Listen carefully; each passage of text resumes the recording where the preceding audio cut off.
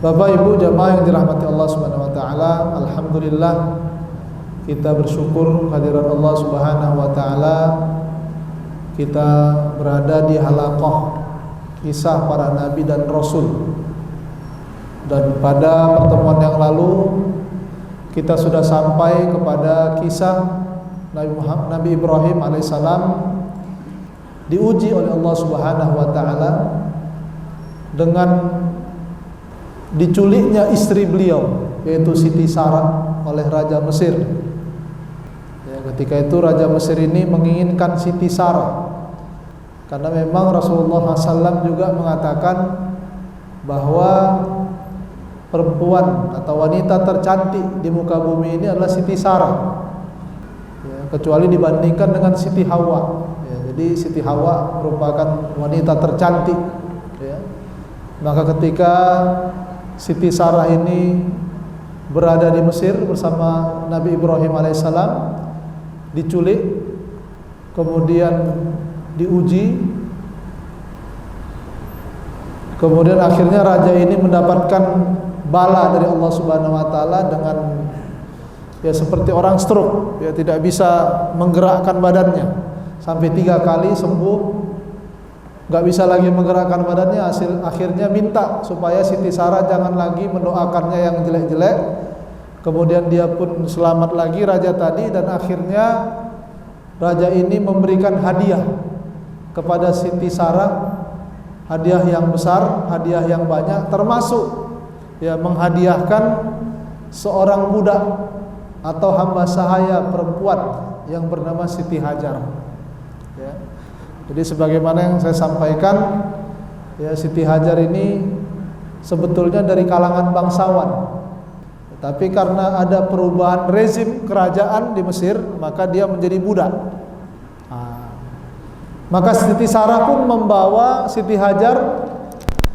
Kemudian Nabi Ibrahim alaihissalam pindah lagi dari Mesir menuju At-Tayammun. Tayammun ini daerah Baitul Maqdis di Palestina. Jadi Nabi Ibrahim itu berada di daerah Tayammun di Baitul Maqdis. Nah, Bapak Ibu jamaah yang dirahmati Allah Subhanahu wa taala, ketika saat itu maka sesungguhnya Nabi Ibrahim sudah berada di tempat yang terakhir, ya, maksudnya kan Nabi Ibrahim dari Babilonia kemudian ke dekat Baitul Maqdis, kemudian ke Mesir, kemudian ke Tayammun lagi, dan seterusnya. Ya, jadi pindah-pindah Nabi Ibrahim alaihissalam. Maka Baitul Maqdis ini tempat yang terakhir. Di sinilah Allah Subhanahu wa taala mewahyukan kepada Nabi Ibrahim, ya, bahwa Allah Subhanahu wa taala akan menjadikan seluruh bumi itu adalah tempat dipenuhi seluruh keturunan Nabi Ibrahim alaihissalam. Ya, jadi Bapak Ibu jamaah yang dirahmati Allah, walaupun yang beriman sedikit, ya, tetapi janji Allah Subhanahu wa taala terang dan jelas bahwa bumi ini akan dipenuhi oleh pengikut Nabi Ibrahim alaihissalam. Yaitu janji Allah. Begitu juga dengan sabda Rasulullah SAW di dalam hadis yang diriwayatkan oleh Imam Muslim dalam kitab sahihnya, innallaha zawaliyal arda fara'aitu masyariqaha wa magharibaha wa sayablughu dzalika wa sayablughu milka ummati mazawiya liya minha. Kata Rasulullah bahwa Allah Subhanahu wa taala akan menghimpun untukku seluruh bumi ini. Maka aku lihat ke timur dan ke barat itu akan menjadi milik umatku, kata Rasulullah. Jadi walaupun Rasulullah masih di Madinah, sabdanya menjanjikan bahwa umat Rasulullah SAW akan tersebar di seluruh penjuru dunia. Ya, jadi Nabi Ibrahim alaihissalam berdakwah dengan berpindah-pindah dan tidak mendapatkan simpatik, ya, dari masyarakat dunia, tetapi Allah Subhanahu wa taala menjanjikan dunia ini akan menjadi umat Nabi Ibrahim dan umat Nabi Muhammad sallallahu alaihi wasallam. Dan Nabi Ibrahim alaihissalam ketika itu Bapak Ibu jamaah sekalian juga mengamanahkan kepada Nabi Lut. Jadi dari Babilonia ke Baitul Maqdis, ya, bersama Nabi Lut. Nabi Lut alaihi salam. Seperti yang saya sampaikan, Nabi Lut ini adalah merupakan keponakan Nabi Ibrahim alaihissalam, anak saudaranya. Ya, Nabi Lut ini anak saudara Nabi Ibrahim alaihissalam. Ketika itu, Bapak Ibu jamaah yang dirahmati Allah, ya, Nabi Ibrahim alaihissalam sudah mulai dibukakan kepadanya rezeki yang berlimpah. Di sini disebutkan Nabi Ibrahim itu banyak ternak, ya, ternaknya banyak, penghasilan bumi yang beliau berada di tempat itu juga banyak, sehingga hartanya juga lumayan banyak. Kemudian membekali Nabi Lut alaihissalam untuk berdakwah di Mu'tafikah. Mu'tafikah itu daerah Sodom, ya, Sodom. Jadi dibekali supaya berdakwah di sana. Ya, kemudian dengan dakwah itu, ya, Nabi Lut alaihissalam juga mendapatkan tantangan tersendiri. Bahkan kalau riwayat disebutkan di sini, Nabi Ibrahim alaihissalam mendapatkan kabar bahwa Nabi Lut disandra.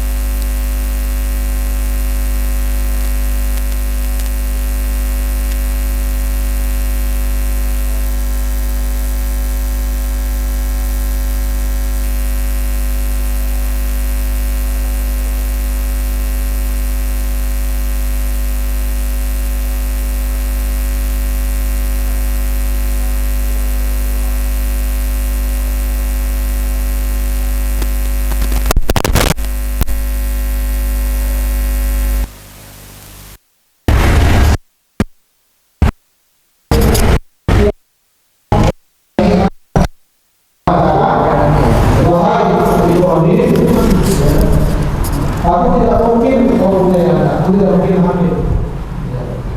Maka karena ini ada hamba saya dan mukmin dalam iman juga yang bernama Siti Hajar, maka nikahi dia. Kata Siti Hajar. Nabi Ibrahim pun mengatakan ya udah kalau begitu dinikahkanlah. Ya. Siti Sarah dinikahi oleh Nabi Ibrahim alaihi salam. Nah, Bapak Ibu jamaah yang dirahmati Allah Subhanahu wa taala, ketika dinikahi hamil, alhamdulillah. Ya, jadi ada masa depan. Ya. Karena kalau tidak ada yang mewarisi, ya, agama ini ada kegalauan dari Nabi Ibrahim alaihissalam.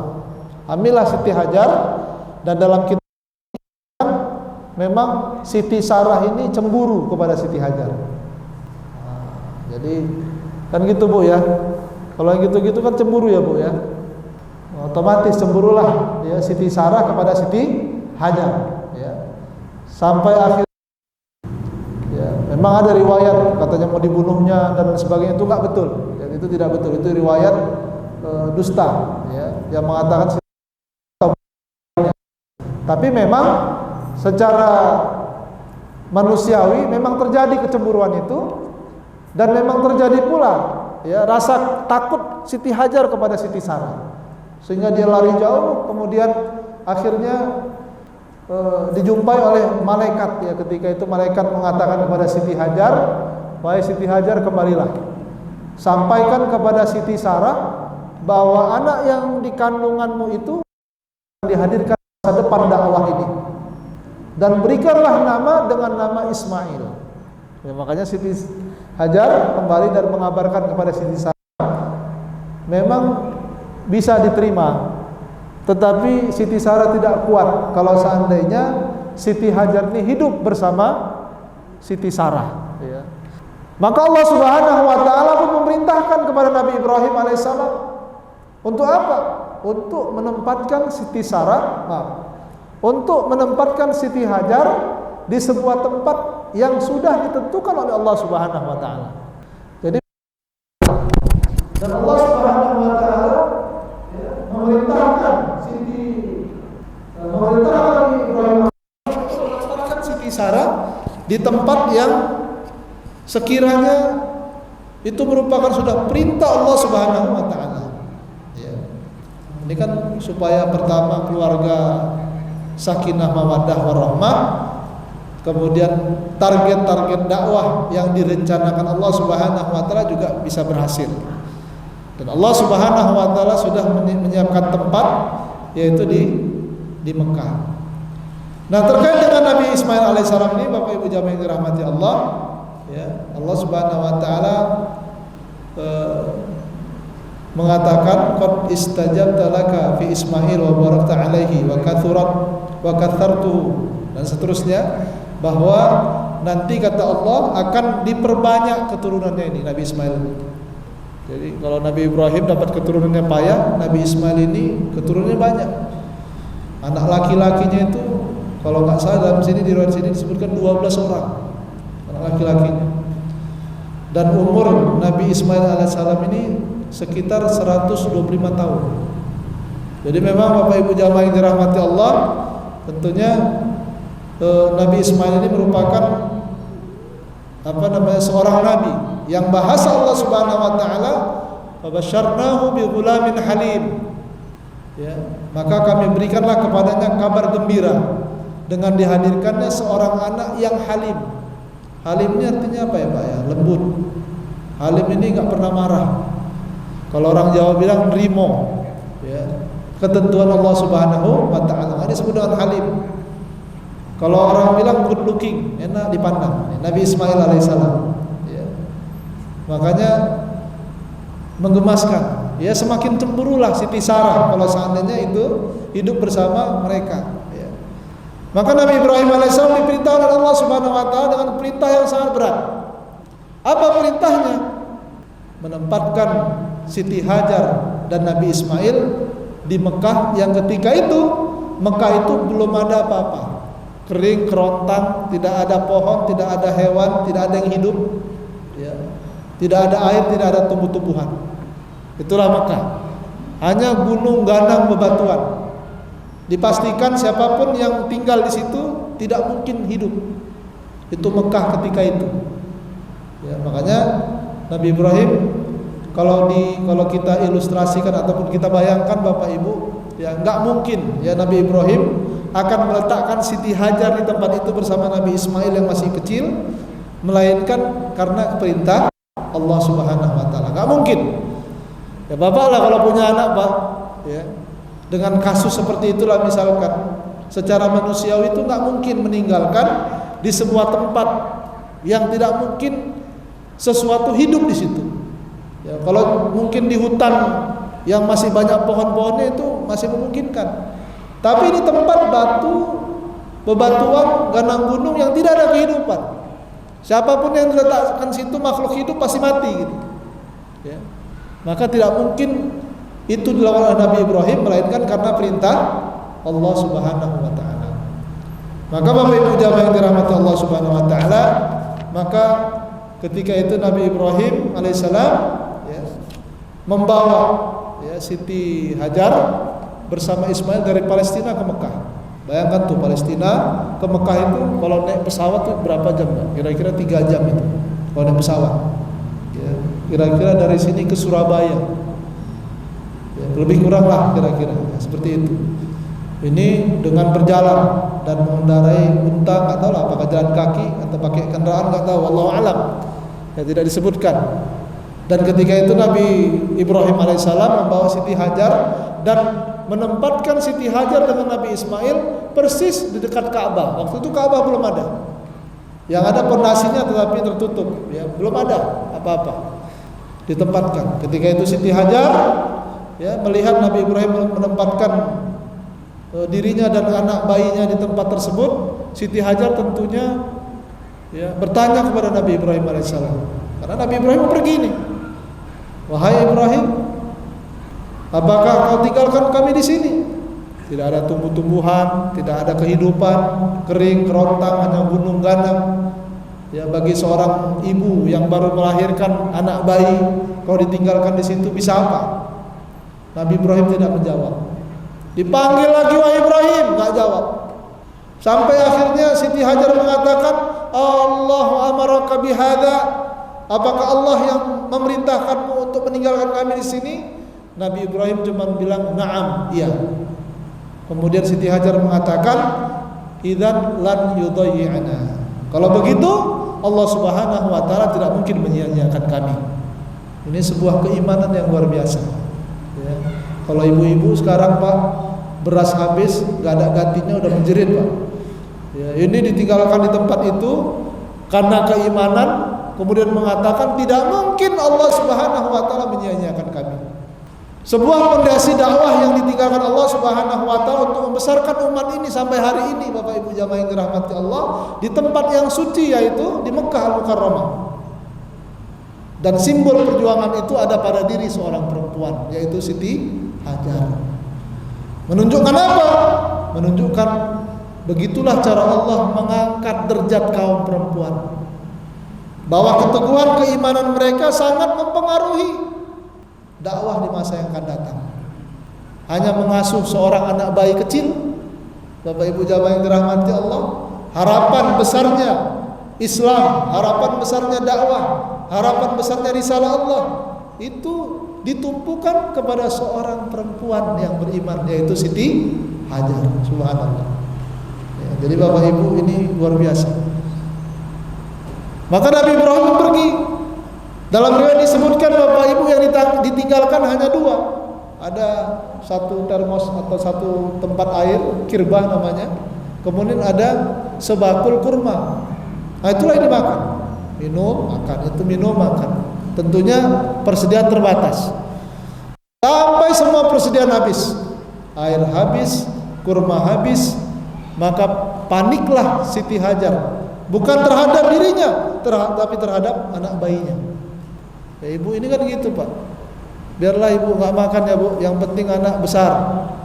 Ya, itulah hebatnya para ibu. Dan Allah Subhanahu wa taala membesarkan dakwah ini melalui Siti Hajar ini. Ya. Nah, Bapak Ibu jamaah yang dirahmati Allah, maka harus ada upaya. Ya, yang namanya perjuangan itu tetap ada usaha. Tidak menyerah. Maka Siti Hajar pun, Bapak Ibu jamaah yang dirahmati Allah, pergi ke Bukit Sofa.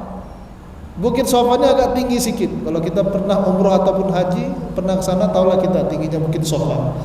Apa yang dilakukan? Yang dilakukan melihat atau ada orang. Gak ada orang yang lewat. Maka Siti Hajar pun pergi ke Bukit Marwah.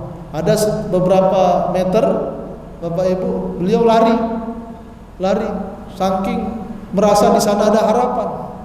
Ya, di sini tidak ada pula disebutkan mendengar suara air atau fata morgana, nggak pula disebutkan dalam kitab ini. Tapi ustaz-ustaz mengilustrasikan, mungkin berhalusinasi ya. Siti Hajar ini seolah-olah di sana ada air. Ya.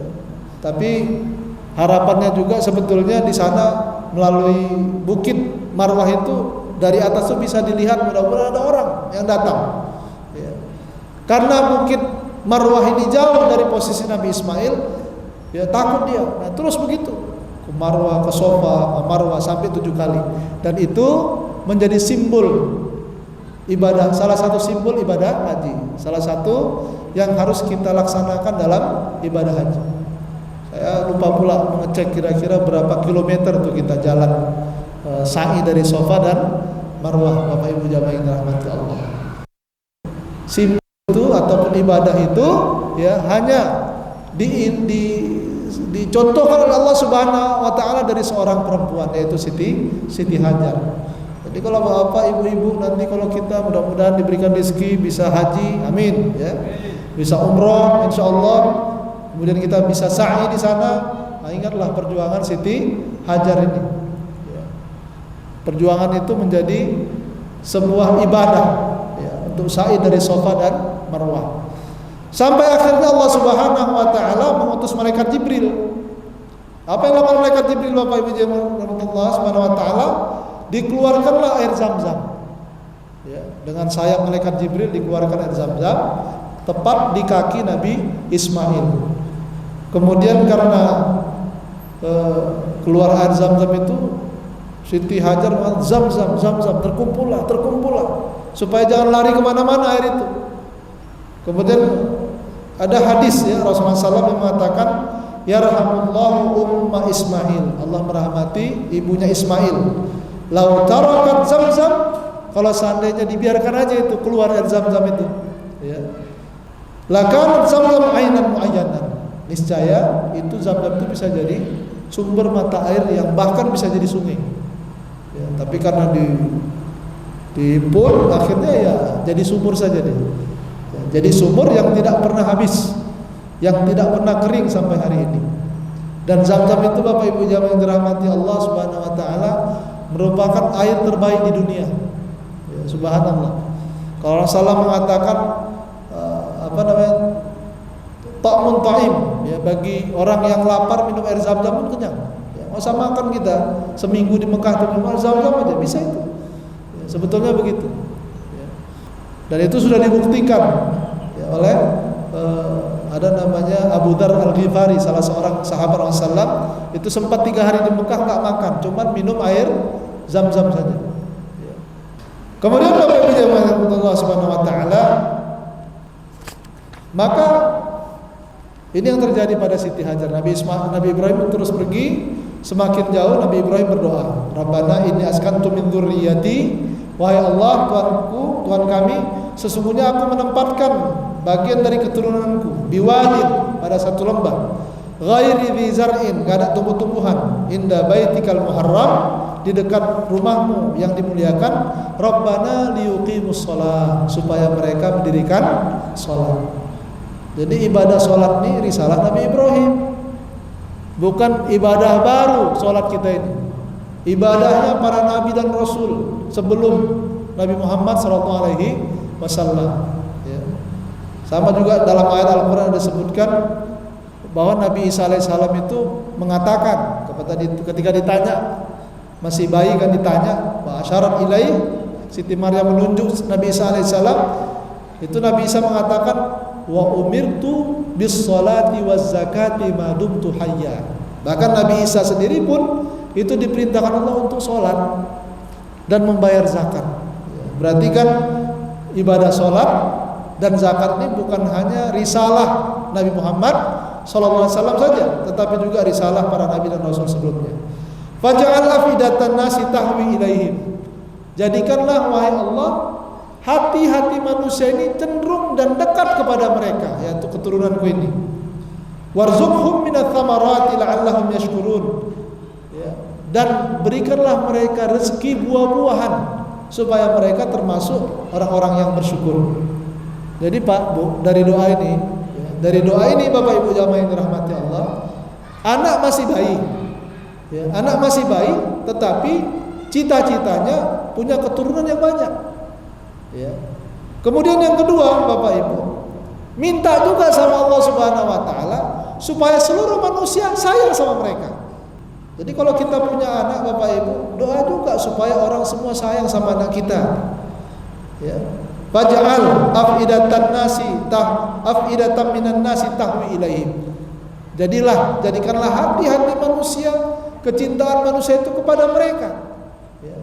Kan enak kita kalau orang semua sayang sama keturunan kita. Doa sama Allah. Kemudian kalau minta sama Allah tuh enggak usah tanggung-tanggung. Warzuqhum minats tsamarat. Minta buah. Padahal pohon pun tak tumbuh, tapi yang diminta buah, ya, menunjukkan kesungguhan dalam berdoa itu luar biasa. Ya. La'allahum yashkurun, supaya mereka termasuk orang-orang yang bersyukur. Nah, Bapak Ibu jamaah yang dirahmati Allah Subhanahu wa taala, maka ketika Nabi Ismail alaihissalam bersama Siti Hajar cuma berdua, modalnya sumur Zam-Zam, dan mereka sudah bisa hidup dengan sumur Zam-Zam itu, air Zam-Zam itu. Bagaimana cara Allah Subhanahu wa taala mendatangkan orang-orang? Tapi karena ini perintah, ya, maka Allah yang punya rencana. Allah menginginkan dan menghendaki apa yang dikehendakinya. Ya. Kalau secara logika, kalau bukan perintah, Nabi Ibrahim pasti nggak letak di situ, pasti letak di daerah yang ramai, banyak orang. Yang penting bisa hidup. Ini enggak, memang di tempat khusus. Bagaimana cara Allah Subhanahu Wa Taala, Bapak Ibu jamaah sekalian? Allah jadikan musibah besar di Yaman. Jadi di Yaman itu ada banjir besar, sehingga penduduk Yaman itu berserak ke seluruh jazirah. Banjir besar. Ketika itu penduduk Yaman, kabilah-kabilahnya itu per kabilah, ada yang ke sana, ada yang kemari, dan sebagainya. Bahkan dengan banjir besar itulah sebagai cara Allah Subhanahu Wa Taala yang menjadikan jazirah ini dipenuhi oleh penduduk Yaman. Makanya Bapak Ibu, ya, Arab itu asalnya dari Yaman. Ya. Arab itu asalnya dari mana? Dari Yaman. Nah, di sini juga ada yang keturunan Arab, ya. Itu asalnya semua dari Yaman. Kecuali Arab yang lama, itu asalnya dari Mesir. Ya, jadi Arab itu dua, dari Mesir, kemudian dari Yaman. Ya. Nah, yang memenuhi jazirah Arab itu Arab dari Yaman. Termasuklah ketika itu ada namanya sukunya suku Jurhum. Ya, suku Jurhum ini suku Arab dari Yaman. Ketika mereka dari Yaman mencari tempat untuk tinggal, karena memang jazirah itu merupakan tempat yang kering, kerontang, dan susah mendapatkan kehidupan, maka terus mereka menyisir. Jadi orang Arab itu dulu suka berpindah-pindah, Pak. Bisa hidup sini, kalau kering nanti di sini dia pindah cari yang ada air. Maka ketika mereka jalan dekat dari Mekah, tentunya Mekah ini kalau Bapak Ibu lihat, ya, itu merupakan kawasan yang dikelilingi oleh gunung, bukit bebatuan, ya. Bukan bukit subur. Kalau kita alhamdulillah bukit di Indonesia ini subur-subur, hijau-hijau, ya. Kalau di Mekah itu tandus. Maka orang-orang Jurhum itu ketika berjalan, mereka belum tahu kemana akan tinggal. Maka Allah Subhanahu Wa Taala mengirimkan seekor burung terbang di atas. Mereka tengok, ya, di atas ada burung, berarti ada kehidupan. Karena sepanjang mereka jalan tidak ada itu burung terbang di atas. Ini kok ada burung terbang, oh berarti ada air. Mereka ikutilah ini burung ini, Bapak Ibu, sampai akhirnya mereka temukan sumur Zam-Zam. Gak ada orang, ditengok cuma berdua aja, Siti Hajar dengan Nabi Ismail alaihissalam. Maka suku Jurhum ini pun bertanya sama Siti Hajar, wahai ibunda, ini sumur Zam-Zam milikmu? Betul, kata Siti Hajar. Karena orang yang menemukan sumur berarti sumur itu miliknya, ya. Siapa yang menemukan sumur maka itu menjadi miliknya. Izinlah orang-orang suku Jurhum ini, boleh kami tinggal sini untuk hidup bersama, kemudian menggunakan air sumur ini, dan kami bayar dengan harga yang layak, yang pas. Silakan, kata Siti Hajar, selama kalian tidak memiliki sumur ini. Jadi silakan ambil airnya. Ya, itulah karom, artinya kemuliaan Siti Hajar. Ya. Dan Siti Hajar senang juga, sudah mulai banyak orang. Dan yang luar biasa pula Bapak Ibu jamaah yang dirahmati Allah, ya, suku Jurhum ini merupakan kabilah berbudi pekerti, mulia. Karena biasanya orang-orang Arab itu untuk mendapatkan sesuatu dia main bunuh, ya kan? Tapi Allah pilihkan sebuah suku, gitu ya kira-kira, ya, yang mereka itu berbudi pekerti mulia, berakhlakul karimah, ya. Walaupun yang memiliki sumur itu sosok perempuan yang lemah dan sosok bayi yang masih kecil, tetapi mereka tidak merampasnya dari Siti Hajar. Tetapi mereka mau hidup bersama dan membayar kehidupan Siti Hajar. Begitulah cara Allah Subhanahu Wa Taala mendatangkan rezeki itu. Ya, subhanallah. Jadi Bapak Ibu yang dirahmati Allah, jadi kalau kita runut-runut nih Nabi Ismail ini Bapak Ibu, ya, kemudian besar, berkembang, remaja, kemudian menikah dengan suku Jurhum, ya, menikah dengan suku Jurhum, anaknya 12. Maka disitulah istilahnya keturunan bangsa Arab yang diarabkan. Jadi kalau orang Yaman itu asli Arab, tapi kalau keturunan Nabi Ismail disebut dengan Al-Arab Al-Musta'ribah namanya, orang Arab yang diarabkan. Karena Nabi Ismail ayahnya bukan orang Arab, Ya. Yang orang Arab cuma ibunya, yaitu Siti Hajar. Jadi yang namanya Arab ini Pak, mau Arab Mesir, mau Arab Yaman, itu bahasa Arabnya sama sebetulnya. Cuman logatnya aja yang beda. Ya. Nah kemudian Bapak Ibu, ya, dari suku Jurhum inilah istri Nabi Ismail lahir, ya, keturunan Nabi Ismail alaihissalam yang berjumlah 12 orang, dan dari keturunan mereka ini lahir bangsa Arab yang disebut dengan Al-Arab Al-Musta'ribah. Ada yang meriwayatkan bahwa orang Madinah itu keturunan Nabi Ismail, ya, orang Mekah keturunan Nabi Ismail, orang Madinah keturunan Nabi Ismail, dan Jazirah, ya, sekitar Mekah dan Madinah itu keturunan Nabi Ismail. Ada yang mengatakan begitu, ya, tapi tentunya itu juga termaktub dalam ilmu nasab. Jadi dengan kita belajar Nabi Ismail ini kita tahu sejarah Arab, ya. Insyaallah Bapak Ibu yang dirahmati Allah, pada pertemuan yang akan datang kita akan lanjutkan tentang kisah Nabi Ismail di Mekah. Ya, ada beberapa kisah yang sangat menarik. Ya, mudah-mudahan kita bisa mengambil pelajaran dan pengajaran. Mungkin kisah ini sudah pernah dan bahkan tidak asing bagi kita, tapi mengulang-ulang ini insya Allah mendapatkan pahala. Ya, apalagi ya Mekah menjadi sebuah tempat yang mulia, ya, yang dimuliakan Allah Subhanahu Wa Taala, dan terdapat di situ Al-Haram. Di situ ada Ka'bah, dan semuanya sangat identik kaitannya dengan Nabi Ibrahim alaihissalam. Mudah-mudahan bermanfaat. Aku qouli hadza wa astaghfirullah li lakum. Wassalamualaikum warahmatullahi wabarakatuh.